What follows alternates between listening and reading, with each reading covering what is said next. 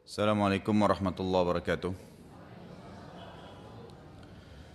Innal hamdalillah nahmaduhu wa nasta'inuhu wa nastaghfiruh wa na'udzu billahi min shururi anfusina wa min sayyiati a'malina. May yahdihillahu fala mudilla lahu wa may yudlil fala hadiya lahu. Wa asyhadu an la ilaha illallah wahdahu la syarika lahu wa asyhadu anna Muhammadan abduhu wa rasuluh. Qala Allah Ta'ala ya ayyuhalladzina amanu taqullaha haqqa tuqatih wa la tamutunna illa wa antum muslimun.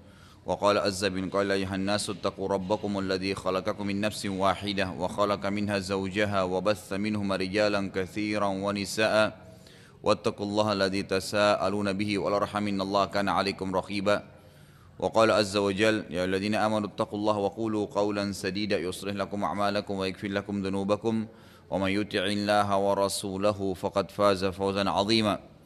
أما بعد فإن أصدق الحديث كتاب الله خير هدي محمد صلى الله عليه وسلم وشر الأمور محدثاتها فإن كل محدثة بدعة وبدعة ضلالة وضلالة في النار. Bapak Ibu sekalian rahimana rahimakumullah, semestinya kita di pekan kedua, kemarin cuma saya ada halangan lagi di luar kota maka diganti dengan pekan keempat ini. Semoga saja tidak mengganggu ya keinginan kita untuk belajar dan semangat kita untuk belajar As-Sirah An-Nabawiyah.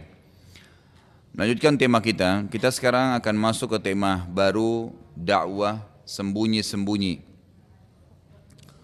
Setelah Bapak Ibu sekalian rahimani rahimakumullah turun surah Al-Muzammil yang berbunyi a'udzubillahi minasyaitonirrajim ya ayyuhal muzammil Qum fa'anzir wa rabbaka fakabbir wa thiyabaka fatahhir.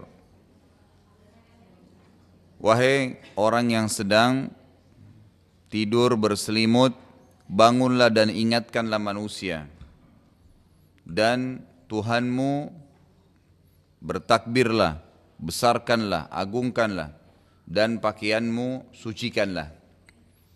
Ayat ini kata ulama adalah ayat pertama sekali yang turun memerintahkan Nabi SAW untuk menyampaikan wahyu yang telah turun kepada beliau. Dan awalnya perintah dakwah itu secara sembunyi-sembunyi, maksudnya tidak diiklankan. Siapa saja yang Nabi SAW terfikir untuk mendakwahinya boleh oleh Allah Subhanahu Wa Taala. Jadi beliau boleh memilih siapa saja. Dan beliau alaihissalatu wassalam memilih orang yang terdekat dulu. Dan yang paling dekat dengan beliau alaihissalatu wassalam adalah istrinya Khadijah radhiyallahu anha. Nabi SAW lalu datang kepada Khadijah dan menyampaikan tentang apa yang telah beliau dapatkan dari Allah Subhanahu wa taala melalui Jibril alaihissalam.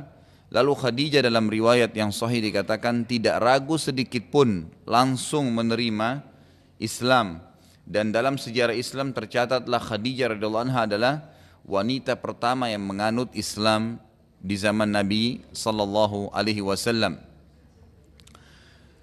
Kemudian datang setelah itu adalah orang yang terdekat juga dengan Nabi sallallahu alaihi wasallam dari kalangan budak yang bernama Zaid ibn Harithah. Zaid ibn Harithah ini adalah seorang budak yang pernah dibeli oleh Khadijah radhiyallahu anha. Kemudian dihadiahkan kepada Nabi SAW. Tentu Zaid ini punya kisah tersendiri. Zaid bin Harithah ini dulunya orang bebas jemaah sekalian, bukan seorang budak. Jadi beliau tadinya adalah orang yang bebas, tidak terikat dengan keterbudakan. Tolong jemaah yang masih mau ngobrol dibatasi dulu supaya tidak bentrok ya suara kita. Zaid bin Harithah ini adalah seorang budak ya, yang tadinya bebas. Lalu terjadi peperangan antara suku dia dengan suku-suku yang lain sampai akhirnya Zaid bin Harithah menjadi budak. Dijual dari pasar ke pasar sampai di tangan Khadijah radhiyallahu anha.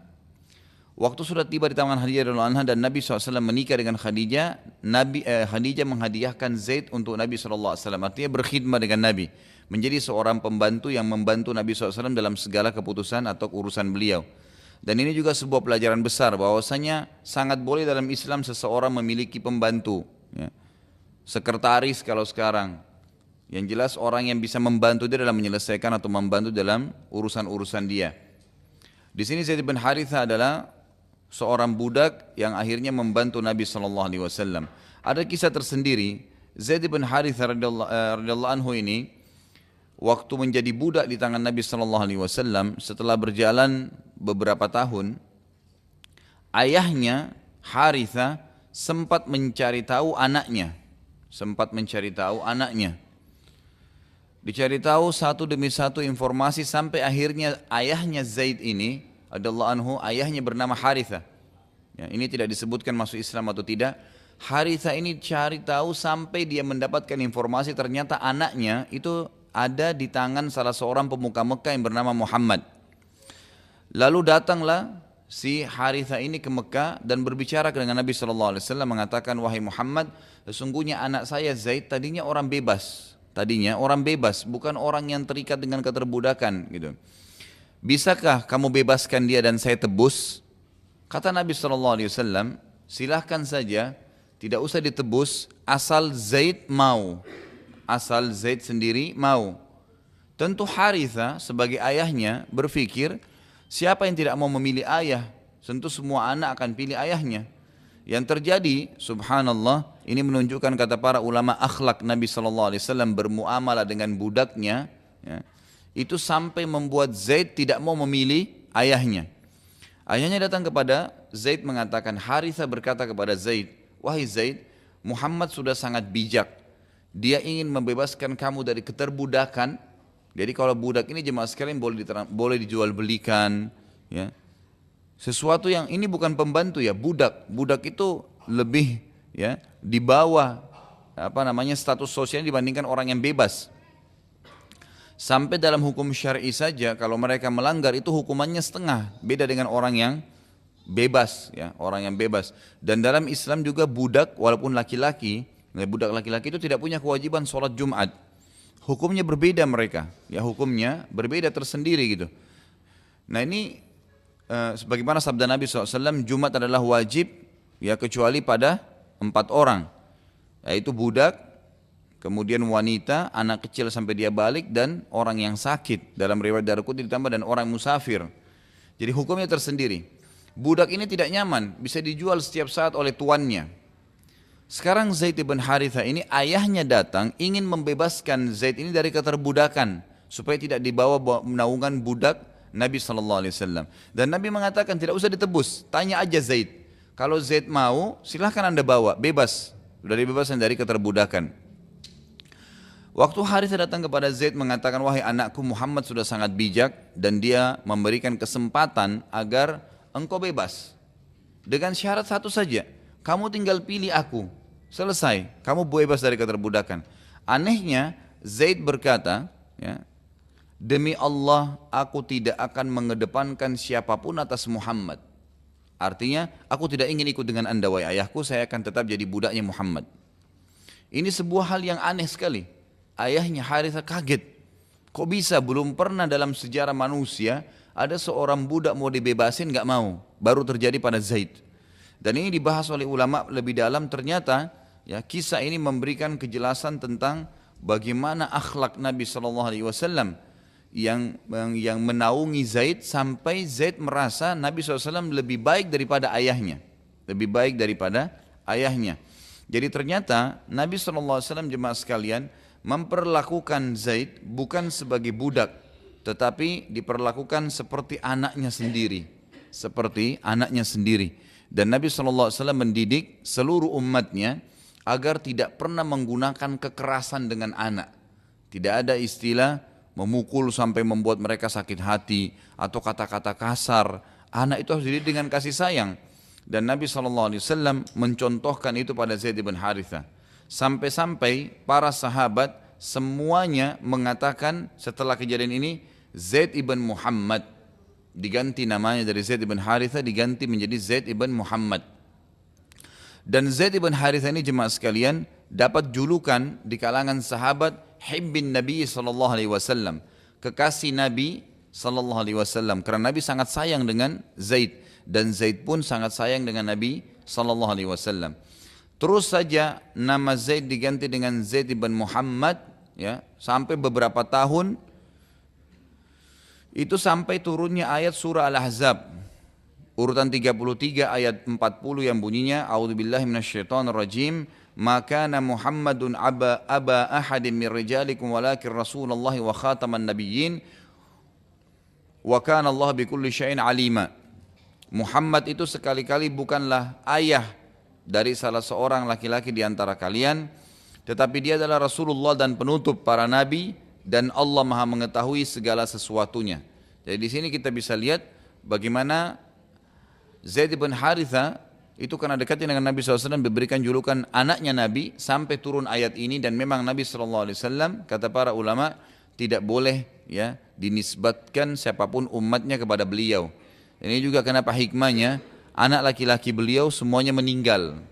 Nabi SAW punya 3 anak laki-laki, Ibrahim, Qasim dan Abdullah. Semuanya meninggal di masa kecil. Semuanya meninggal di masa kecil.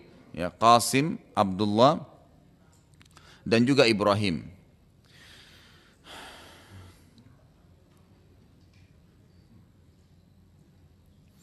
Juga pernah terjadi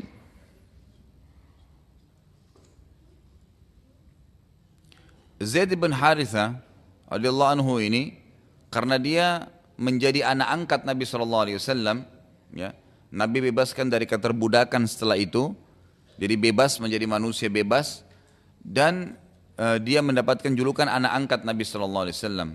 Pernah terjadi juga sekali kasus di Madinah, pada saat Zaid bin Haritha ini menikah dengan seorang wanita yang terhormat dari Quraisy yang bernama Zainab, dan akhirnya tidak ada kecocokan dalam rumah tangga antara Zaid dengan Zainab.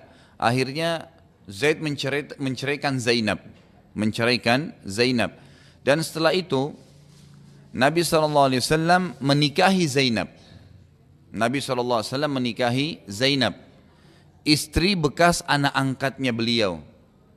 Dan ini perintah dari langit. Bukan Nabi SAW begitu saja ingin menikahi, tidak. Karena Allah ingin menerapkan sebuah hukum, yaitu bolehnya menikahi ya mantan istrinya anak angkat. Karena itu bukan mahram. Ya, itu bukan mahram. Dan Allah SWT ingin menjelaskan hukum kepada kita, dan ini terjadi ya pada Zainab, mantan istrinya Zaid ibn Haritha.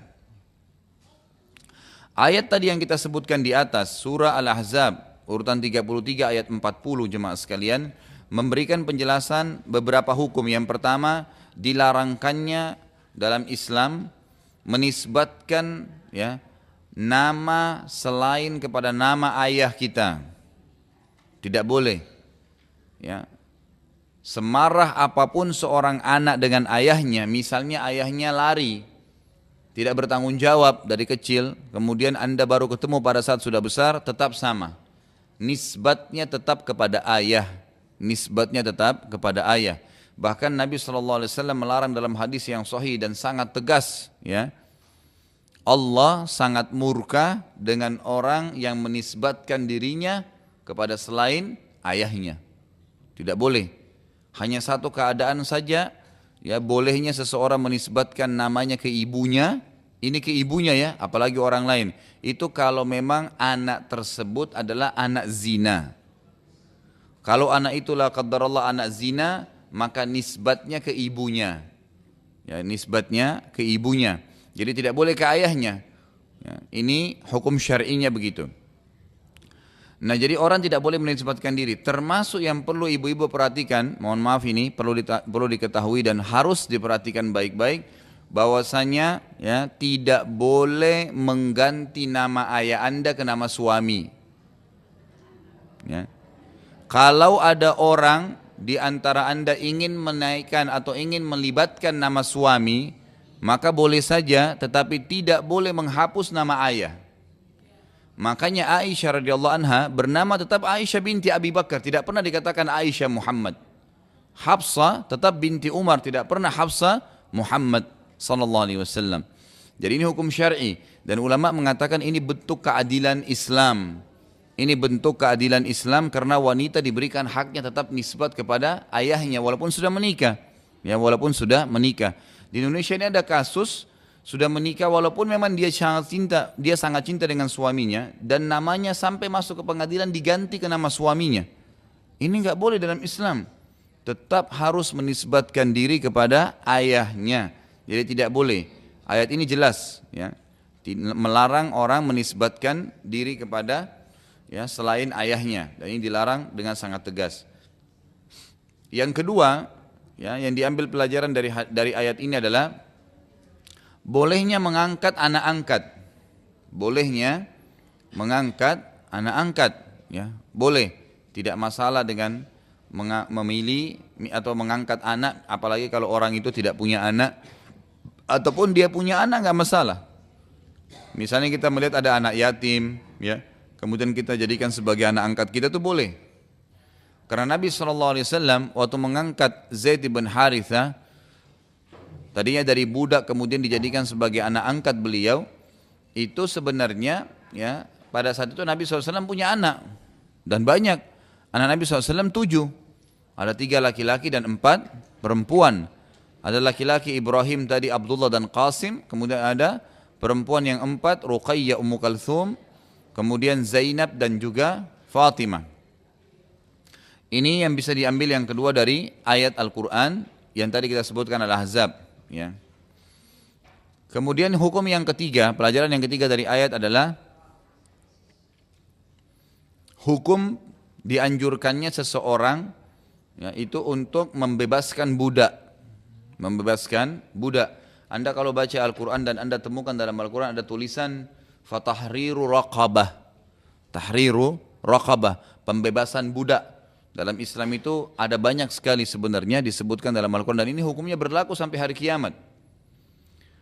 Ini kalau misalnya ada orang yang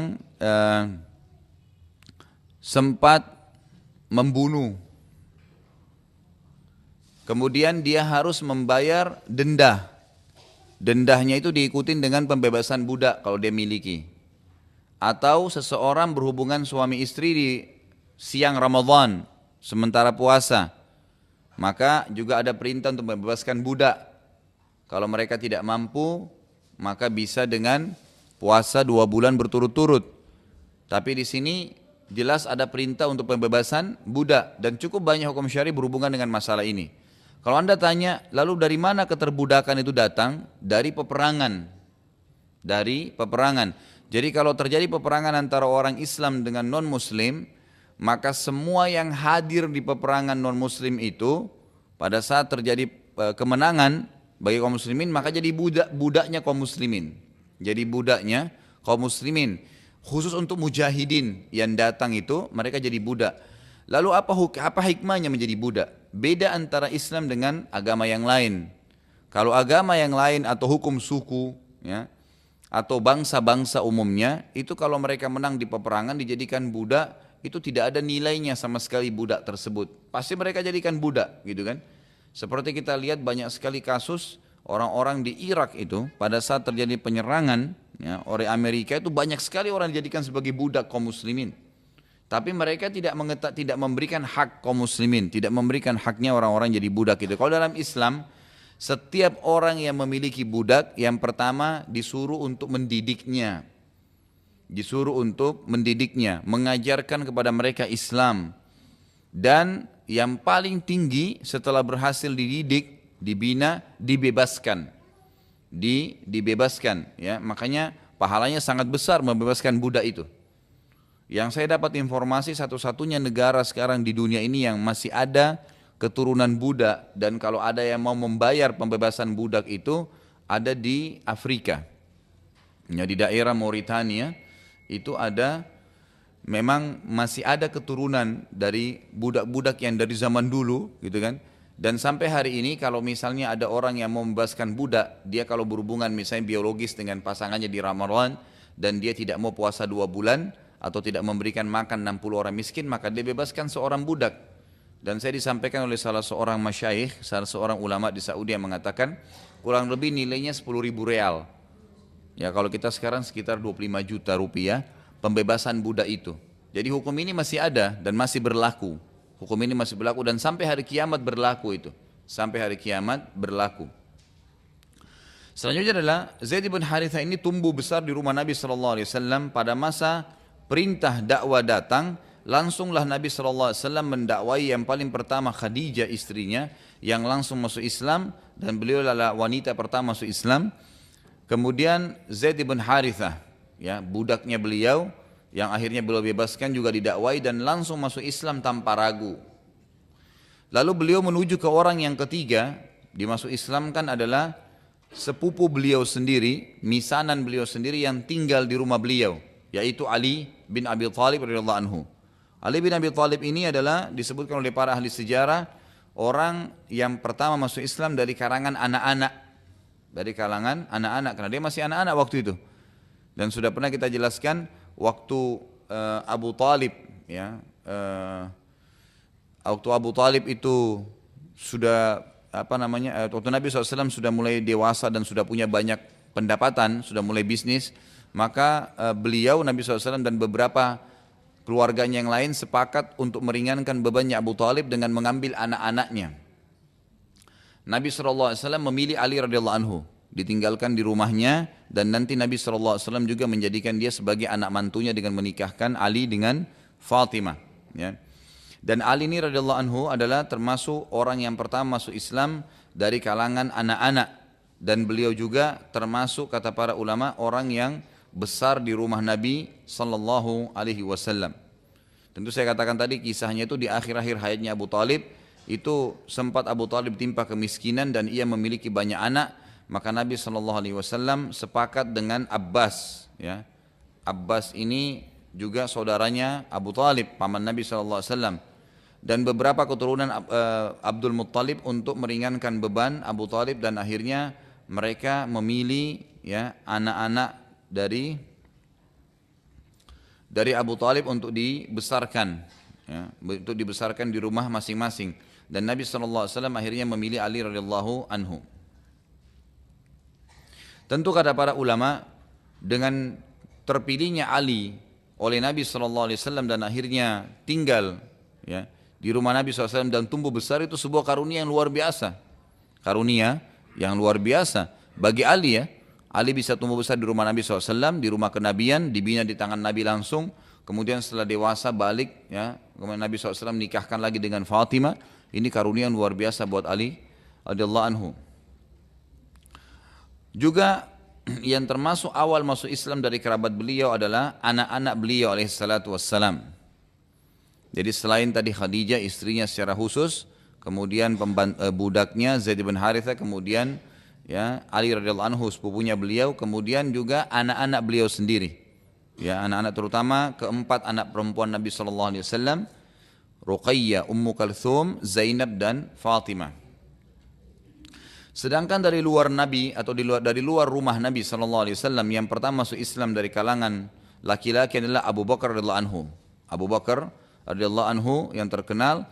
Dan Nabi SAW mengatakan tidak ada seorang pun yang aku tawarkan Islam dari luar rumah beliau, ya, yang aku tawarkan Islam kecuali ia masih bertanya padaku kenapa, apa, ya, kecuali Abu Bakar. Abu Bakar tidak ragu sama sekali. Begitu Nabi SAW mengatakan, hai Abu Bakar, aku telah diutus oleh Allah, langsung Abu Bakar mengatakan, aku bersaksi kau adalah Rasulullah. Jadi tidak ada keraguan sedikit pun. Dan ulama mengatakan inilah sebabnya kenapa Abu Bakar diberikan julukan Siddiq. Diberikan julukan Siddiq, orang yang langsung mempercayai apa yang Nabi SAW sampaikan. Dan ini cukup banyak kasus dalam kehidupan, nanti kita lihat dalam sirah kita, bagaimana Abu Bakar memang tidak ragu sama sekali dengan apa yang Nabi SAW sampaikan, termasuk dengan kasus nanti Isra dan Mi'raj. Ya, Isra dan Mi'raj itu juga nanti akan menjelaskan bagaimana mauqif atau, ya, posisi Abu Bakar pada saat itu. Abu Bakar setelah masuk Islam, jemaah sekalian rahimanallah, dan ini sebuah pelajaran yang sangat besar, beliau tidak tinggal diam. Jadi apa yang beliau dapatkan dari hidayah ini langsung beliau sampaikan, dan orang yang paling pertama didatangi oleh Abu Bakar adalah Uthman bin Affan radhiyallahu anhu. Uthman bin Affan sahabat Nabi yang mulia, masyhur khalifah yang ketiga. Jadi kata para ulama, selama Uthman masuk Islam sampai Uthman meninggal dengan banyak sekali fadilahnya, itu Abu Bakar yang panen pahalanya. Jadi Uthman bin Affan itu kan membiayai banyak sekali jihadnya Nabi, kan gitu. Bukankah Nabi SAW sudah mengatakan tentang Uthman radhiyallahu anhu, Waktu dia membiayai perang Tabuk, ya, sangat banyak membiayai dengan unta, dengan kuda, membeli sumur, banyak sekali perlengkapan perang, makanan. Maka Nabi SAW pernah mengatakan, siapa yang mau berinfak? Lalu Uthman datang mengatakan, saya akan menyumbang ya Rasulullah 100 ekor kuda dengan perlengkapannya, dengan minumannya, makanannya, pedangnya, perisainya, tinggal satu mujahid datang naik di atasnya saja. Kalau kita sekarang mobil lengkap gitu kan, untuk pergi berjihad 100. Lalu Nabi SAW karena perjalanan jauh mengatakan, siapa yang mau infak lagi? Lalu Uthman mengatakan, karena orang pada diam, pada nunggu satu sama yang lain, Uthman lagi bilang, ya Rasulullah, saya infakkan lagi 100 ekor kuda, gitu kan, berikut seluruh perlengkapannya. Sudah 200. Lalu Nabi SAW mengatakan, siapa lagi yang mau berinfak? Uthman bilang lagi, saya lagi ya Rasulullah, berinfak 100 ekor kuda dengan perlengkapannya sampai 10 kali. Setelah 10 kali berarti sudah 1000 ekor ya. Lalu Nabi SAW mengatakan, siapa lagi yang mau berinfak? Kata Uthman, ya Rasulullah, saya berinfak lagi tapi sudah habis kudanya. Beliau mengatakan, saya berinfak, ya, kuda yang tersisa itu kurang lebih kalau tidak salah 70 ya, atau 80 kuda, dan saya lengkapkan jadi 100 dengan unta. Lalu Nabi SAW mengatakan, Hasan ma fa'alt, sangat baik yang kau kerjakan hai Uthman. Waktu itu Uthman sudah jadi anak mantu Nabi SAW ya. Lalu Nabi SAW mengatakan, sekarang mujahidin butuh air, dan ada sumur di lokasi perang itu yang perlu dibeli, gitu kan? Maka Nabi SAW mengatakan, siapa yang membeli sumur itu, dia dapat surga. Enggak pakai nunggu, Uthman langsung berdiri, ya Rasulullah saya beli. Langsung sebelum sahabat semuanya bicara, dia mengatakan, ya Rasulullah saya yang beli. Selesai. Maka apa kata Nabi SAW? Tidak ada lagi yang bisa menahan Uthman untuk masuk ke surga setelah perbuatannya hari ini. Jaminan masuk surga langsung. Karena cepat, bergegas. Dan ini sebuah pelajaran besar jemaah sekalian ya. Setiap peluang ibadah dan amal soleh jangan ditunda. Tidak boleh ditunda. Ada kesempatan infak, ada kesempatan apa saja. Ya, mendakwai orang, menasihatin, ibadah, semua dikerjain. Jangan ditolak, jangan ditunda dan ditolak. Ya. Dan ingat, dalam ibadah kita harus mendahulukan diri kita. Tidak boleh orang lain dalam ibadah ya. Seperti sering saya bahasakan, bapak-bapak kalau saya masuk ke masjid, itu sering sekali saya temukan gitu kan. Saf pertama itu lebih besar fadilahnya. Bukankah Nabi SAW mengatakan, Lo ya'lamun nasa ma fin nida'i wa safal awla atuhuma walau habwa. Kalau manusia tahu apa yang tersembunyi di azan dan saf pertama, maka mereka pasti akan jalan menuju keduanya walaupun harus merangkak. Dalam riwayat lain dikatakan kalau mereka harus bersaing, maka mereka akan bersaing satu sama yang lain untuk memperebutkan itu. Tapi kalau saya masuk di Indonesia, saya lihat kalau saya lagi sudah iqamah masjid, saya buru-buru mau kejar saf pertama gitu kan, itu malah saya dipersilahkan gitu kan. Ini baik saja ya, baik, tapi sebenarnya dia kehilangan peluang, mestinya nggak boleh. Kalau dalam ibadah itu nggak boleh. Saya belum haji, tapi saya mau hajikan kerabat saya, mana yang saya dahulukan? Ya Anda dulu. Nggak bisa orang lain kalau dalam ibadah, gitu kan? Kecuali kalau memang kita sudah mengerjakannya, sudah pernah haji tahun lalu, kemudian mau hajikan tahun ini orang tua kita, silahkan. Walaupun orang tua sendiri ya. Jadi kita melakukan terlebih dahulu karena kita yang diperintahkan oleh Allah Subhanahu wa ta'ala, gitu kan? Ini sebuah pelajaran saja yang kita bisa ambil daripada perilaku para sahabat. Semua yang Uthman lakukan tadi, dan cukup banyak nanti akan kita sebutkan juga di zaman bahasan tentang Uthman bin Affan sendiri insyaAllah, itu beliau radhiyallahu anhu dipanen pahalanya oleh Abu Bakar. Kenapa? Hanya karena Abu Bakar ngajak syahadat saja. Jadi Abu Bakar waktu masuk Islam nggak nunggu selesai syahadat langsung nyari siapa yang jadi mangsa nih. Gitu. Langsung dicari, dan yang dicari adalah orang-orang yang luar biasa, orang-orang memang yang potensi. Didatangin langsung disampaikan. Jadi nggak ada salahnya kalau di al-ihsan didapat manfaat, sampaikan kepada teman-teman untuk datang juga. Siapa tahu subhanallah dari 10 orang yang kita ajak ada satu yang datang, kemudian dengan 2 jam dia hadir bisa berubah hidupnya. Selama dia hidup dia bisa menjadi lebih baik dari sebelumnya, Anda panen pahalanya, gitu kan? Jadi itu sangat baik sekali. Setelah Abu Bakar masuk Islam, ia langsung mengajak Uthman, dan Uthman pun masuk Islam. Kemudian Abu Bakar datangi lagi setelah Uthman syahadat. Jadi Abu Bakar cuma bilang, hai Uthman, ucapkan syahadat, tidak ada Tuhan yang menciptakan segala sesuatu kecuali Allah, la ilaha illallah, dan Muhammad adalah utusan Allah. Utsman bilang, baik, asyhadu an la ilaha illallah wa anna Muhammadar Rasulullah. Selesai. Dengan syahadat saja. Enggak ditunggu, enggak apa, enggak ada masalah sholat, enggak ada masalah yang lain. Langsung Abu Bakar keluar dari rumahnya Utsman, cari orang lain lagi. Tahu siapa yang pertama didepuni setelah Utsman? Zubair bin Awam. Zubair bin Awam ini salah satu dari 10 yang dijamin masuk surga. Zubair bin Awam ini sahabat Nabi yang luar biasa ibadahnya. Luar biasa ibadahnya. Dan orangnya termasuk dari 10 yang dijamin masuk surga. Itu masuk Islam juga di tangannya Abu Bakar radhiyallahu anhu. Ini juga pelajaran besar jemaah sekalian dan sudah pernah saya singgung ini.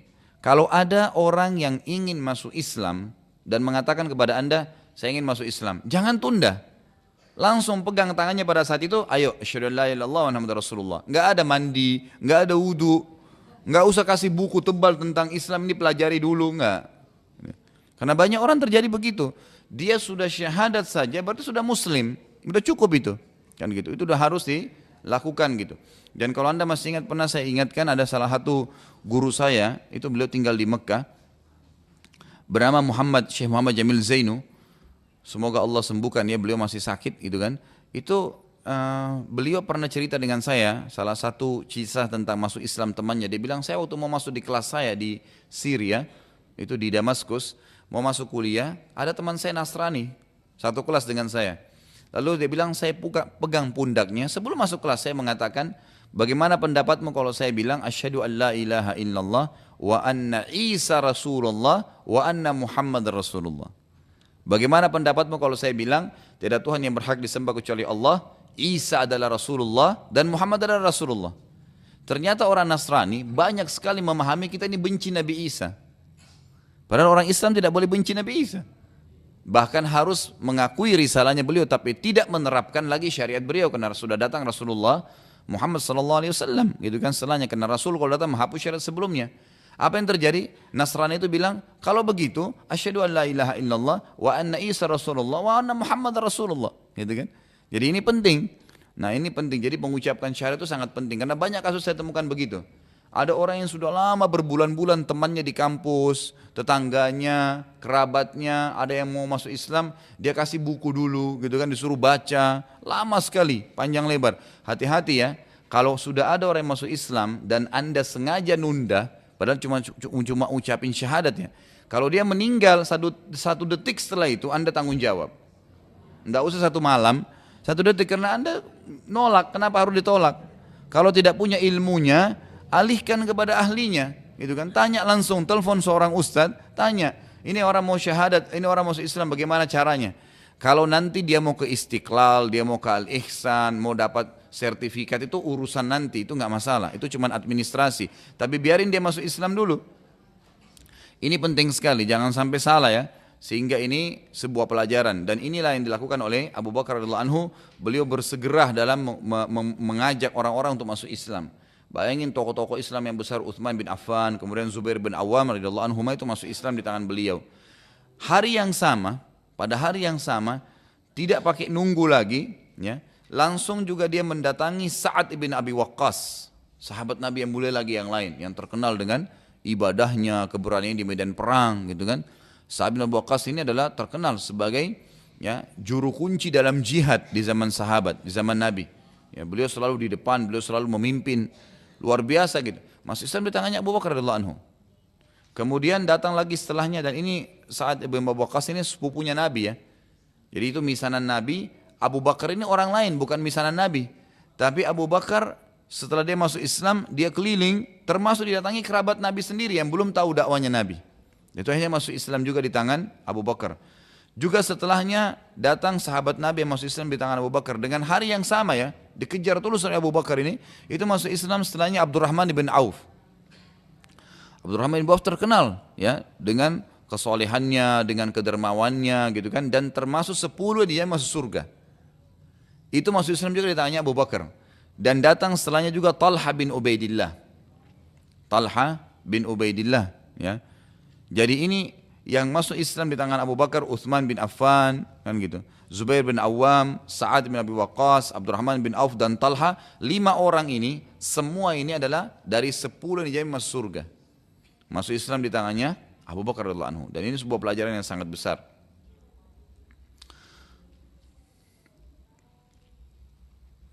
Inilah sebabnya jemaah sekalian, kenapa keluar hadis Nabi SAW yang berbunyi, ya, kalau seandainya, kata Nabi SAW dalam hadis sahih, kalau seandainya ditimbang seluruh imannya umat ini dengan imannya Abu Bakar sendiri, maka niscaya imannya Abu Bakar jauh lebih berat. Seluruh kita ini yang hadir, seluruh umat Islam, ya, kata Nabi SAW, seluruh umat ini kalau ditimbang imannya dengan imannya Abu Bakar, maka iman Abu Bakar lebih berat. Jangankan kita secara individu, rame-rame semua, itu digabung, tetap belum bisa mengimbangi imannya Abu Bakar. Dan ini luar biasa ya, kalau dikatakan seluruh umat ini termasuk sahabat loh. Dan sahabat itu ada jumlahnya 70.000 orang, gitu kan. Kalau kita keluarin Abu Bakar sendiri berarti masih ada 69.000 sekian, kan gitu. Nah itu berarti Abu Bakar adalah orang yang luar biasa. Makanya orang-orang Yahudi, ya, termasuk yang membentuk pemahaman Syiah, itu sangat faham masalah ini. Akhirnya mereka mencari sesuatu yang bisa menyudutkan Abu Bakar sampai mengkafirkannya radhiyallahu anhu. Ini orang yang sangat mulia, ya, orang yang sangat mulia. Dan Abu Bakar cukup banyak sekali ya fadilahnya. Juga dalam hadis lain kata Nabi SAW, demi Allah tidak ada seorang pun, kata Nabi SAW, tidak ada seorang pun yang menginjakkan kakinya di muka bumi ini lebih mulia dari para nabi-nabi seperti Abu Bakar, nggak ada. Jadi Abu Bakar adalah orang yang paling mulia di muka bumi ini setelah para nabi. Jadi sahabat-sahabatnya Nabi Isa, sahabatnya Nabi Musa pun tidak ada yang bisa menyaingi Abu Bakar radhiyallahu anhu karena luar biasa dengan imannya. Pernah seorang sahabat Abdullah bin Mas'ud berkata, kami tidak ada bedanya dengan Abu Bakar dari sisi ibadah. Kami tidak ada bedanya dengan Abu Bakar dari sisi ibadah. Kami sholat, Abu Bakar sholat, kami sholat. 5 waktu sama, ke masjid sama, zikirnya sama, sholatnya, ibadahnya, puasanya sama, hajinya sama-sama. Jihad sama-sama jihad di zaman Nabi gitu kan. Sama semua. Tapi kami tidak bisa menyaingi Abu Bakar di keyakinannya. Akidahnya nggak bisa. Bayangin tuh Abu Bakar, begitu Nabi bilang, saya Nabi, langsung, iya kamu Nabi. Nggak ada lampu, orang ini buta huruf, kan gitu. Langsung diakuin. Sama dengan kasus Isra dan Mi'raj yang pernah saya jelaskan sedikit ya. Waktu itu adalah Nabi SAW pulang dari Isra dan Mi'raj, pulang langsung duduk. Melongo gitu Nabi di depan Ka'bah. Diam, merenung apa yang terjadi semalam nih. Keajaiban yang luar biasa. Perjalanan dalam semalam ini. Ke Palestina dan ke langit, kembali lagi ke Palestina dan kembali lagi ke Mekah. Gitu kan. Lalu Abu Jahal datang dan mengatakan, wahai Muhammad, ada apa dengan kamu? Lalu kata Nabi SAW, diceritain dengan polosnya, Nabi ceritain, tadi malam saya ketemu Jibril, kemudian saya ke Palestina, kemudian saya naik ke langit, ketemu sama Tuhan, kemudian Allah berikan perintah sholat, kemudian saya kembali lagi ke Palestina, kembali lagi ke Mekah. Abu Jahal waktu itu memang lagi cari-cari kesalahannya Nabi SAW. Apa yang Abu Jahal bilang? Wahai Muhammad, kalau saya kumpulkan masyarakat Mekah, maukah kamu ceritakan nih? Kamu mau ceritain enggak ini? Kata Nabi SAW, baiklah. Saya akan ceritakan. Abu Jahal langsung naik di atas gunung, di atas bukit. Kemudian teriak dengan suara keras, wahai penduduk Mekah, dengarkanlah Muhammad akan bercerita. Orang-orang Mekah semua heran. Pertama kali Abu Jahal panggil masyarakat Mekah untuk dengar. Biasanya kalau Nabi dakwah malah disuruh orang pergi gitu, dahului. Lalu setelah kumpul, Abu Jahal berkata, hai Muhammad sekarang ceritain tuh kepada orang-orang. Nabi SAW ceritain semua, ceritain A, B, C tentang saya jalan, saya di bawah, saya pakai burak, kemudian saya ke Palestina, saya ke langit, kemudian saya kembali terus gitu. Semua waktu itu, ya semua waktu itu ragu, termasuk orang Islam dari sahabat tuh ada yang ragu. Waktu itu, benar nggak ya Nabi jalan begini?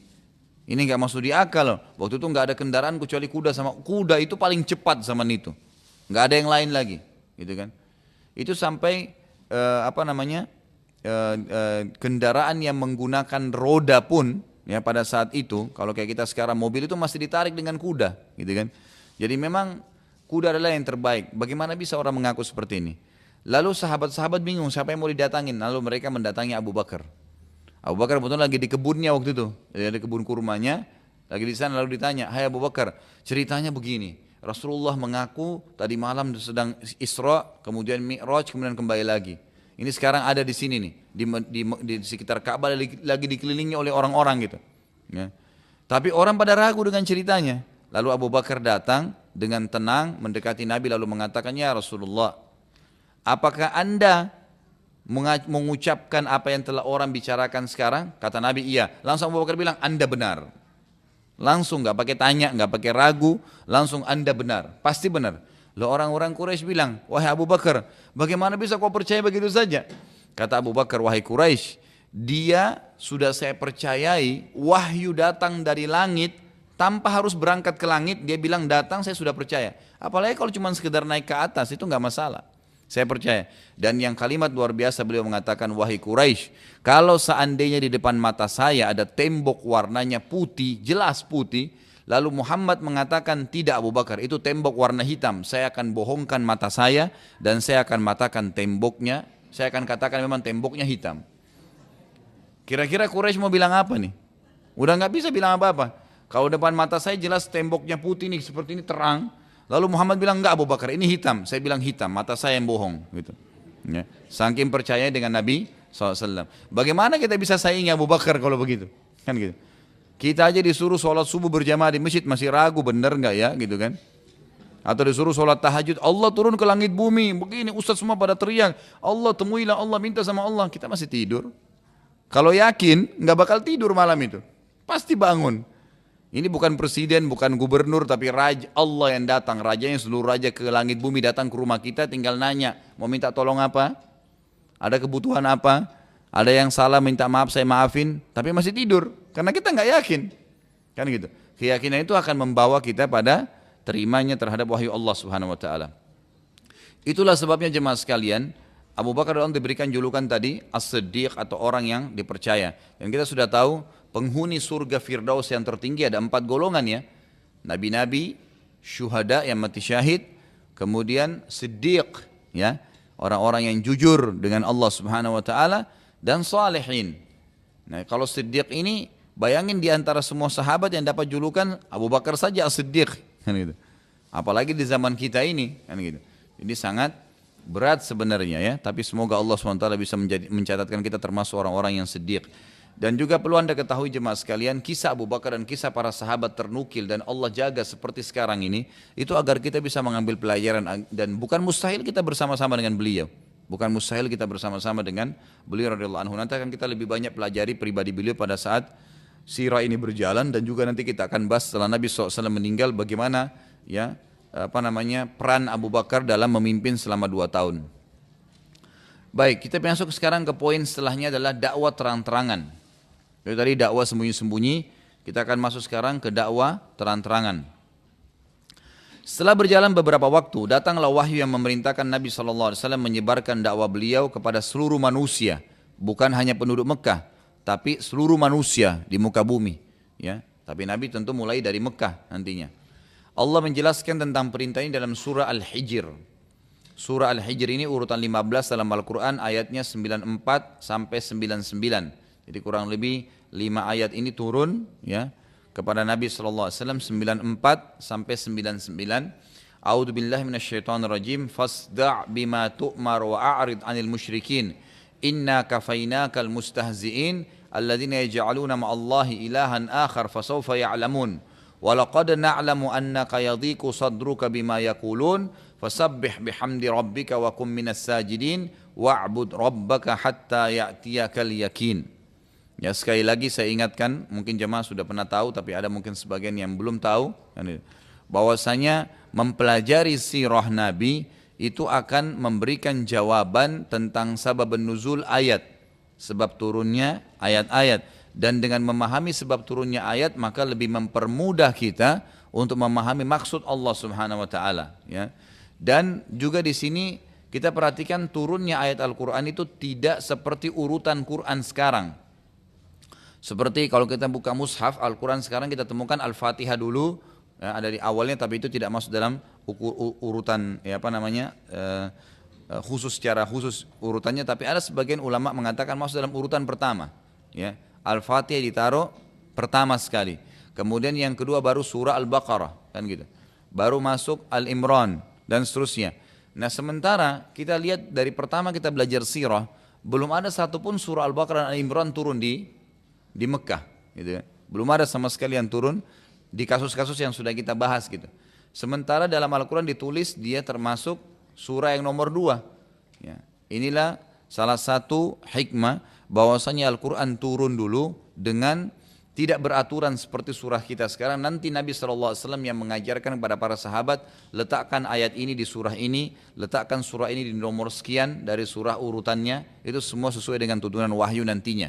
Jadi Al-Quran turun sesuai dengan kasus dulu yang terjadi pada zaman itu. Nanti setelah itu baru Nabi SAW atur di mana diletakkan dan surah apa dan di surah apa gitu. Baik, terjemahannya ayat 94-nya, maka sampaikanlah olehmu wahai Muhammad secara terang-terangan. Sekarang perintah terang-terangan mendakwakan Islam, apa yang diperintahkan kepadamu dan berpalinglah dari orang-orang musyrik. Kalau ada orang yang nolak, tetap tidak mau dia mau musyrik, tinggalin aja. Dakwain orang yang mau menerima. 95 ayat 95, sungguhnya kami memelihara kamu dari kejahatan orang-orang yang mengolok-olokmu. Tidak usah khawatir. Siapapun yang berdakwah, yang penting dia dalam keadaan benar, nggak usah khawatir. Allah SWT menjaga orang yang mendakwakan agamanya. Assalamualaikum. Ayat 96, yaitu orang-orang yang menganggap adanya Tuhan lain di samping Allah atau selain Allah, maka mereka kelak akan mengetahui akibat-akibatnya. Jadi orang-orang musyrik Mekah yang nolak, udah tinggalin aja. Mereka tetap saja mau sembah berhala, mau menganggap ada Tuhan selain Allah, maka mereka akan tahu akibatnya. Apa yang kau ancamkan akan datang kepada mereka. Siksa api neraka, siksa alam barzah di kuburan, dan seterusnya. Kemudian ayat 97, dan kami sungguh-sungguh mengetahui bahwasanya dadamu menjadi sempit disebabkan apa yang mereka ucapkan. Jadi pada saat orang Quraisy beliau nyampein ayat, langsung orang Quraisy bilang itu bohong, sihir. Beliau sampaikan tentang hukum Allah, dianggap beliau adalah pembohong dan seterusnya. Jadi Nabi SAW terganggu. Bayangin kalau kita lagi ceramah, nyampein tentang ayat Quran, lalu ada satu orang berdiri mengatakan itu bohong, nggak mungkin. Ya. Terganggu tentunya gitu kan, terganggu. Nabi SAW ditolak, dicaci maki, dianggap penyihir, difitnah beragam macam. Allah mengatakan, kami sungguh mengetahui wahai Muhammad bahwa dadamu menjadi sempit disebabkan apa yang mereka ucapkan. Di ayat 98, maka bertasbihlah kepada Tuhanmu. Ya. Di sini artinya sabar saja, jalanin, bertasbihlah dan memuji Tuhanmu, dan jadilah kamu di antara orang-orang yang sujud. Jadikan sholat sebagai penolongmu. Dan ayat 99, serta sembahlah Tuhanmu, yakini apa yang kamu sedang imani sekarang, sampai kau meninggal dunia. Sampai engkau meninggal dunia. Karena ayat ini turun jemaah sekalian, maka Nabi SAW pada pagi harinya langsung menaiki sebuah bukit yang bernama Abi Kubais di Mekah. Dan bukit ini cukup tinggi. Ya, dan di situ memang orang-orang Mekah kalau ingin mengiklankan sesuatu penting, naik, kemudian teriak dengan suara keras. Kalau kita sekarang kan tidak perlu ada mikrofon, tapi kalau dulu tidak ada. Maka orang naik ke tempat tinggi, kemudian teriak sehingga terdengar. Apa yang terjadi? Beliau pada saat naik di Gunung Abi Kubais yang berada tidak jauh dari Ka'bah, tentu sekarang posisinya itu kurang lebih istana raja. Kalau anda sudah pernah ke Haram Mekah, itu keluar dari Bab Malik Abdul Aziz, sebelahnya kan ada istana raja, itu dulu Gunung Abi Kubais di situ, bukitnya di situ. Lalu Nabi SAW berteriak dengan suara sangat keras, beliau mengatakan wa sabaha. Ya, kata-kata wa sabaha ini biasanya dipakai oleh orang Arab ya, pada zaman itu untuk mengingatkan tentang bahayanya ada serangan yang akan datang dari musuh. Beliau berteriak wa sabaha dengan keras. Begitu mendengarkan wa sabaha ini, seluruh orang Quraisy langsung kumpul. Ya, seperti misalnya kalau Al-Ihsan ini dijadikan sebagai tempat informasi, setiap ada informasi kematian misalnya diiklanin, misal contoh, kemudian orang-orang pada datang atau ngumpul mengambil informasi, contoh saja ya, zaman sekarang tentu tidak butuh itu. Jadi seperti itu kurang lebih Gunung Abi Kubais, orang pada kumpul berarti ada informasi baru. Nah pada saat itu yang terjadi adalah setelah mendengar ya teriakan tadi mereka kumpul, lalu setelah mereka lihat di atas Gunung Abi Kubais ternyata Nabi Muhammad SAW, maka mereka tambah penasaran. Serentak semuanya mengatakan yang teriak adalah as-sadiqul amin, orang yang terpercaya dan orang yang paling jujur di antara kita. Berarti ada informasi yang penting yang akan disampaikan oleh Nabi SAW. Waktu itu tentu mereka belum tahu kalau Nabi seorang Nabi ya, karena ini baru sekarang diperintahkan dakwah terang-terangan. Sebelumnya kan dakwah sembunyi-sembunyi, hanya orang-orang tertentu. Tapi orang-orang Quraisy semuanya belum tahu. Sekarang Nabi SAW akan menyampaikan secara terang-terangan. Lalu beliau berteriak dengan suara keras berkata, bagaimana wahai Quraisy, bila seandainya aku mengatakan pada kalian di belakang bukit ini terdapat pasukan yang akan menyerang kalian sebentar lagi, apakah kalian akan percaya? Maka serentak semuanya menjawab, mengatakan tentu, karena kami belum pernah mendapati atau mengetahui engkau berbohong. Tidak pernah Nabi bohong satu kali pun. Satu kota Mekah tahu beliau jujur. Tidak pernah bohong sekalipun dalam hidupnya, tidak pernah bohong. Alaihi salatu wassalam. Lalu beliau sallallahu alaihi wasallam bersabda, ketahuilah bahwasanya aku adalah seorang utusan Allah dan di antara kedua tanganku ada siksaan Allah yang pedih. Artinya yang menolak untuk beriman kepada Allah dengan risalahku ini akan disiksa oleh Allah subhanahu wa ta'ala.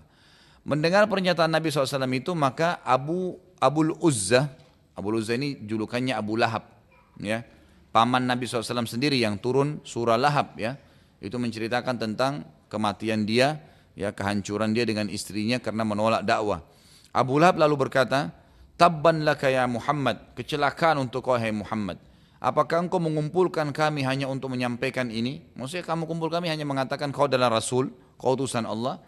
Maka Abu Lahab pun membubarkan orang-orang, dan setelah kejadian tersebut, istri Abu Lahab lalu mengumpulkan ranting-ranting pohon yang penuh dengan duri dan meletakkan pada jalan yang akan dilalui oleh Nabi SAW. Jadi ini nggak ada alasan gitu. Nabi hanya ajak mereka syahadat waktu itu. Berimanlah bahwasanya tidak ada Tuhan selain Allah dan aku dan Rasulullah. Selesai, syahadat saja. Tapi terjadi beda sekali antara Abu Lahab dengan Abu Bakar. Abu Bakar langsung terima dan Abu Lahab langsung menolak. Ada juga sebuah pelajaran besar di sini, Bapak Ibu sekalian rahimakumullah. Kita kadang-kadang orang Indonesia ini berpikir Mekah itu sekarang dengan Madinah tidak ada orang jahat. Karena dianggap kota suci. Ingat ya, di zaman Nabi dulu ada Abu Bakar dan ada Abu Lahab, sampai hari ini masih ada itu. Tapi Abu Lahabnya sekarang masih sudah muslim, kan gitu. Bedanya akhlaknya akhlak Abu Lahab, tidak sholat, kan gitu, nggak ibadah, menipu orang, ada di Mekah itu dan ada di Madinah, bukan tidak ada. Jadi jangan sampai salah faham, gitu kan. Ini juga perlu diketahui, di sana ada orang baik, ada orang jahat, gitu kan. Ada juga yang kekeliruan yang sangat fatal di Indonesia, dianggap negara Saudi itu semuanya buruk, kan gitu, semuanya negatif, kan gitu. Ini juga hal yang perlu diperbaiki. Jangan lupa di sana lahir Abu Bakar, Umar, Uthman, Ali dan semuanya sahabat-sahabat yang mulia. Walaupun dari sisi lain memang ada Abu Jahal, ada Abu Lahab, gitu kan. Tapi memang tetap ada orang-orang baik dan ada orang-orang buruk, itu sudah umum sifatnya. Apa yang terjadi? Abu Lahab ini menolak dakwah Nabi SAW dan dialah yang membuat orang-orang teralihkan pertama sekali dakwah. Dan bukan cuma itu, dia dengan istrinya sepakat untuk menghalangi Nabi berdakwah. Tidak ada sebab, gitu kan? Istrinya mengumpulkan ranting-ranting pohon yang berduri ditaruh di jalan-jalan yang Nabi akan lewatin supaya Nabi nggak jalan gitu. Oleh karena itu turunlah setelah tadi surah yang terakhir tentang perintah dakwah itu turun surah Lahab. Al-Lahab. Al-Lahab ini tentang Abu Lahab sendiri, surah nomor 111 ayat 1 sampai ayat 5 lengkap turun. Jadi ini surah kedua yang turun lengkap setelah surah Ad-Duha. Setelah surah Ad-Duha, inilah surah kedua yang turun secara lengkap. Awalnya tidak, surah-surah turun berserakan, artinya tanda kutip ya, ayat-ayat turun sesuai dengan kasus, tapi ini tidak. Ini memang turun lengkap. Kita sudah tahu sama-sama tentunya, auzubillahi minasyaitonir rajim, tabbat yada abi lahabin wa tab ma aghna anhu maluhu wa ma kasab sayasla naran dzata lahabin wa imra'atuhu hammalatal hatab fi jidha hablum min masad. Jadi di sini Allah SWT mengatakan binasalah kedua tangannya Abu Lahab. Tabbat yada itu artinya binasalah, hancurlah kedua tangan Abu Lahab. Dan sesungguhnya ia pasti akan binasa. Tabbat yada Abi Lahab, tabbat yada, yada itu tangan. Kehancuran, kebinasaan tangannya Abi Lahab, tangannya Abu Lahab, watab, dan dia juga sendiri pasti akan binasa. Ma agna anhu maluhu wa ma kasab, ma agna anhu tidak akan berguna baginya. Maluhu, harta yang sudah dia kumpul selama ini, wa ma kasab, dan apapun yang dia usahakan. Sayasla naran dzata lahab, dia pasti akan masuk ke dalam neraka yang apinya bergejolak. Sayasla naran, dia akan masuk ke dalam api dzata lahab yang apinya bergejolak. Wa imra'atuhu, dan istrinya hammalatal hatab. Hammalata itu yang telah memikul. Hatab itu kayu berduri tadi, ranting-ranting berduri. Fi jidha hablum min masad, dan di leher mereka nanti akan ada tali dari sabut. Ya, maksudnya ini ciri khasnya yang terjadi pada istri Abu Lahab tadi. Ya, di lehernya itu ada seperti sabut yang ditaluk itu pada saat dia bawa ranting-ranting tadi. Nabi SAW diperintahkan oleh Allah SWT untuk mendakwai kerabat terdekatnya ya pada saat itu setelah menyampaikan secara umum untuk masyarakat Mekah, lalu disuruh fokus ke keluarganya. Ya, mulai dari keluarganya kemudian dia sebarin ke seluruh orang gitu kan. Allah menceritakan tentang perintah ini dalam surah Asy-Syu'ara urutan 26 ayat 214. Yang bunyinya a'udzubillahi minasyaitonir rajim wa anzir ashiratakal aqrabin, dan beritakanlah, sampaikanlah dakwah Muhammad dimulai kepada kerabat-kerabatmu yang terdekat dulu. Maka apa yang terjadi? Nabi SAW kemudian mengumpulkan seluruh kerabat terdekatnya dari keturunan Abdul Muttalib, kakeknya beliau, dikumpulkan semuanya di rumah beliau SAW. Jadi beliau pertama adakan seperti pengajian gitu, undang semua ke rumah beliau, semua keluarganya saja. Sebelum beliau SAW bicara, karena kebetulan salah satu kerabatnya dia adalah Abu Lahab, ya. Abu Lahab tadi yang telah Allah turunkan surah khusus untuknya, itu ancaman. Lalu dia mengatakan, wahai Muhammad, kalau seandainya engkau mengumpulkan kami untuk menyampaikan lagi agamamu yang telah engkau sampaikan di gunung Abi Kubais beberapa hari yang lalu, maka janganlah engkau bicara. Abu Lahab waktu itu kebetulan dikenal sebagai orang tua di suku Abdul Muttalib, ya. Ini paman kandungnya Nabi sendiri, ya, paman kandungnya Nabi sendiri. Maka akhirnya seluruh ya, keluarganya waktu itu mendengar Abu Lahab, dan Nabi SAW menunda pembicaraan. Lalu Nabi SAW mengundang kembali lagi di kesempatan lain beberapa hari setelahnya seluruh kerabatnya untuk makan di rumah beliau dan beliau dakwai. Kecuali Abu Lahab tidak diundang sama istrinya. Barulah Nabi SAW berdakwah, dan ternyata pada saat itu dihasilkan salah satu tante beliau yang bernama Sofiyah. Sofiyah binti Abdul Muttalib masuk Islam. Ya. Dan ini Sofiyah ini ibunya Zubair bin Awam. Ibunya Zubair bin Awam. Zubair ini sepupu Nabi yang tadi masuk Islam juga ya. Yang masuk Islam di tangannya Abu Bakar radhiyallahu anhu. Dakwah Islam makin menyebar dan banyak yang memeluknya, dan yang paling banyak masuk Islam dari golongan orang miskin ya pada saat itu. Di antara orang-orang yang masuk Islam dari budak, dari orang-orang miskin itu yang paling banyak masuk Islam. Yang terkenal kisahnya adalah Yasir dan istrinya Sumayyah. Yasir dan Sumayyah, ini yang terkenal. Dan inilah dua orang yang pertama mati syahid dalam Islam. Siapa itu Yasir dan siapa Sumayyah? Mereka adalah dua orang yang merupakan budaknya Abu Jahal, budaknya Abu Jahal. Jadi waktu Nabi SAW mulai berdakwah tersebar, kemudian banyak orang yang syahadat, ya kan gitu, dilarang sembah berhala, tidak boleh berzina, nggak boleh menipu orang, hukum-hukum Islam yang sudah turun umumnya pada saat itu. Lalu Yasir dan Sumayyah masuk Islam. Abu Jahal waktu itu marah. Sumayyah ini jemaah sekalian lagi hamil. Sumayyah waktu itu lagi hamil. Maka disiksa oleh Abu Jahal. Terus disuruh murtad kembali, disuruh sembah berhala. Mereka tidak mau. Akhirnya Yasir dibunuh waktu itu. Yang pertama dibunuh Sumayyah dulu, baru Yasir. Istrinya dulu. Apa yang terjadi? Jahat sekali Abu Jahal ini ya. Yang diberikan julukan Fir'aunnya umat ini. Dia mengambil tombak dan ditusuk perutnya Sumayyah. Jadi Sumayyah itu mati dengan bayinya. Gitu kan.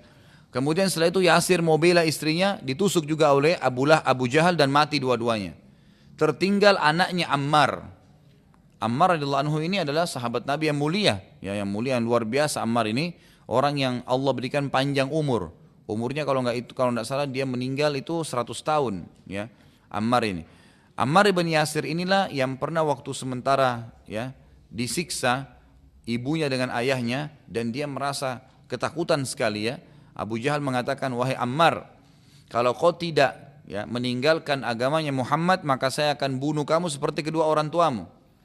Maka Ammar pun ketakutan. Ammar pun waktu itu ketakutan. Akhirnya Abu Jahal bilang, kalau kau tidak mengaku, tidak mengatakan ada unta lagi lewat nih, bilang sekarang, unta ini Tuhanku. Kalau kau tidak bilang, maka saya akan bunuh kamu. Maka Ammar karena kesakitan disiksa, dia pun mengatakan unta ini Tuhan saya. Setelah itu Ammar datang ke Nabi SAW mengatakan, ya Rasulullah, saya sudah binasa. Saya sudah murtad, tinggalin agama Islam. Nabi tanya kenapa? Kasusnya begini, Abu Jahal siksa bunuh Sumayyah ibu saya dan ayah saya Yasir, kemudian saya pun disiksa. Kalau saya tidak mengucapkan unta ini yang lewat adalah Tuhan saya, gitu kan, maka saya akan dibunuh. Lalu kata Nabi SAW, kalau besok kau ditangkap lagi oleh Abu Jahal dan disuruh ucapkan, ucapkanlah, kau tetap muslim. Kau tetap muslim, karena kau sebenarnya menyebutkan itu bukan dari hatimu, gitu kan? Dan turunlah ayat Al-Quran yang mengatakan, illa man ukriha wa qalbu mutmainnun bil iman. Ya, itu orang bisa murtad dari agama, kecuali orang yang memang mengucapkan sesuatu itu, ya, dia benci, bukan dari hatinya, tapi hanya lisannya. Dan hatinya penuh dengan keimanan. Termasuk juga orang yang masuk Islam dari golongan orang-orang miskin dan budak ini adalah Khabbab bin Arad radhiyallahu anhu, sahabat Nabi yang mulia juga. Ini ada kisah sendiri, di pundaknya beliau itu ada bekas lubang yang besar, itu karena disiksa juga oleh tuannya dia, gitu kan. Tapi beliau sabar dengan agama Islam ini. Kemudian yang terkenal muadzin Nabi SAW Bilal bin Rabah, ya, ini juga masuk Islam. Kemudian Suhaib ar-Rumi, ya, ini semua kalangan orang miskin dan para budak. Kemudian Amir bin Fuhairah dan Abdullah bin Mas'ud radhiyallahu anhum ajma'in.